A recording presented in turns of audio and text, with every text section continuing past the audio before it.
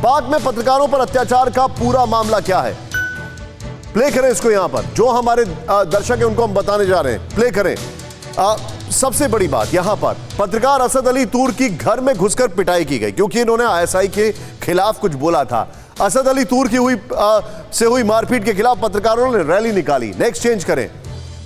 हामिद मीर ने इमरान सरकार और सेना पर सवाल उठाए। नेक्स्ट चेंज करें। हामिद मीर का टॉक शो रोका गया, नौकरी से निकाला गया। नेक्स्ट चेंज करें। असद अली तूर को पूछताछ के लिए तलब किया गया। नेक्स्ट चेंज करें। 20 अप्रैल को पत्रकार अब्बास आलम पर घर के बाहर गोली मारी गई। ये सब फैक्ट्स। राहुल, दोनों ग्राफिक्स एक साथ दिखाएं, एक साथ। मैं सीधे चलूंगा यहां पर। सुशांत सर, क्या समझा जाए, सबका मतलब क्या है? देखिए, मुझे तो थोड़ा सा अचंभा हो रहा है जो कसवर बोल रहे हैं। एक लिहाज से बात ठीक है कि आप उन सहाफियों के ऊपर जरूर लगाम कस सकते हैं जो बेबुनियाद बातें करते हैं, लेकिन और मैं हामिद मीर का कोई बहुत बड़ा फैन नहीं हूं, लेकिन ये तो बताया जाए ना कि अगर किसी एक पत्रकार को फोन आ रहे हैं, उसको धमकियां दी जा रही हैं, उसका एविडेंस कहां से लेके आएंगे आप? और उसके बाद उसके ऊपर एक कातलाना हमला होता है, उसका एविडेंस कहां से लेके आएंगे? आपको ये तो मालूम है कि कहां से आपको चेतावनी मिल रही है, कहां से आपको धमकियां मिल रही हैं, कौन आपको धमकियां दे रहा है, ये तो आपको मालूम है, क्योंकि वो बात तो स्पष्ट हो जाती है। लेकिन आप इसका प्रमाण कहां से लेके आएंगे? और जो इंक्वायरीज बैठती हैं, ये क्या कारण है कि जितने एंटी गवर्नमेंट सहाफी होते हैं, जितने पत्रकार हैं जो कभी फौज के खिलाफ कोई एक दो स्टोरीज कर देते हैं, वैसे ज्यादा तो कोई भी नहीं करता, उन्हीं के खिलाफ ये सारी कार्रवाई होती है और उनके खिलाफ नहीं होती जो फौज की हिमायत में बात करते हैं।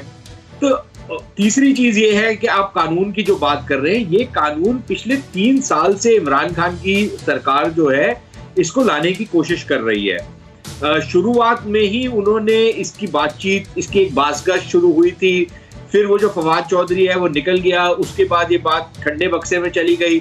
अब दोबारा से इसको रिवाइव किया गया और वो इसलिए किया गया है क्योंकि पाकिस्तान में जो हुकूमत है वो ये मानती है कि हमारे को सिर्फ अगर हम मीडिया को कंट्रोल कर रहे हैं तो बाकी तो पाकिस्तान में दूध और शहद की नदियां बह रही हैं। सिर्फ मीडिया जो अगर गलत खबर या जो सच्चाई है एक्चुअली वो ना दिखाए, जो भी वो बहुत महदूद तरीके से दिखाता है, खुले तौर पे नहीं दिखाते।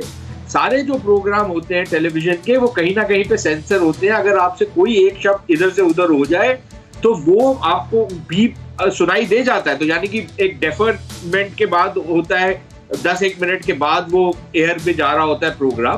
तो ये तो पता है हमारे को, लेकिन उसके बावजूद अगर आप देखें कि आप जिस तरीके से आपने अखबारों को बंद किया हुआ है, जिस तरीके से आपने सहाफियों को नौकरियों से छुड़वाया हुआ है, जिस तरीके से आपने एडवर्टाइजिंग को कंट्रोल किया हुआ है, जिस तरीके से आप हस्तक्षेप करते हैं जो न्यूज मीडिया के चैनल्स हैं उनके ऊपर, और कसवर जो बड़ी बात कर रहे हैं कि ये बड़ा अच्छा कानून अगर आएगा ये कानून, हमको पता है कि कानून का दुरुपयोग कैसे होता है पाकिस्तान के अंदर।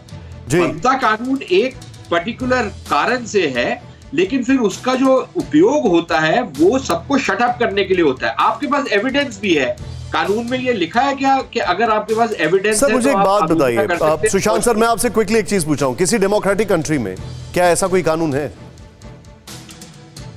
भाई डेमोक्रेटिक कंट्री में तो नहीं है, लेकिन क्वाज़ी डेमोक्रेसीज में बन रहे हैं ना। पाकिस्तान में बन रहा है इस टाइप का कानून, तो आपके सामने है वो। अब अगर अल्लाह आप पाकिस्तान को एक डेमोक्रेटिक कंट्री मानते हैं, मैं तो नहीं मानता, जहां पर सरकारों, कौन सी सरकार सत्ता में आएगी उसकी जो डिसीजन है वो डिपार्टमेंट ऑफ एग्रीकल्चर करता है, यानी कि कोट अनकोट ISI वो करती है डिसाइड, वो डिसाइड करते हैं कि रिजल्ट होंगे। तो अगर आप उसको डेमोक्रेसी मानते हैं तो आपकी मर्जी है, मैं तो नहीं मानता उसको। Point taken. परवाह देश की, सोमवार से शुक्रवार रात 10 बजे TV9 भारतवर्ष पर।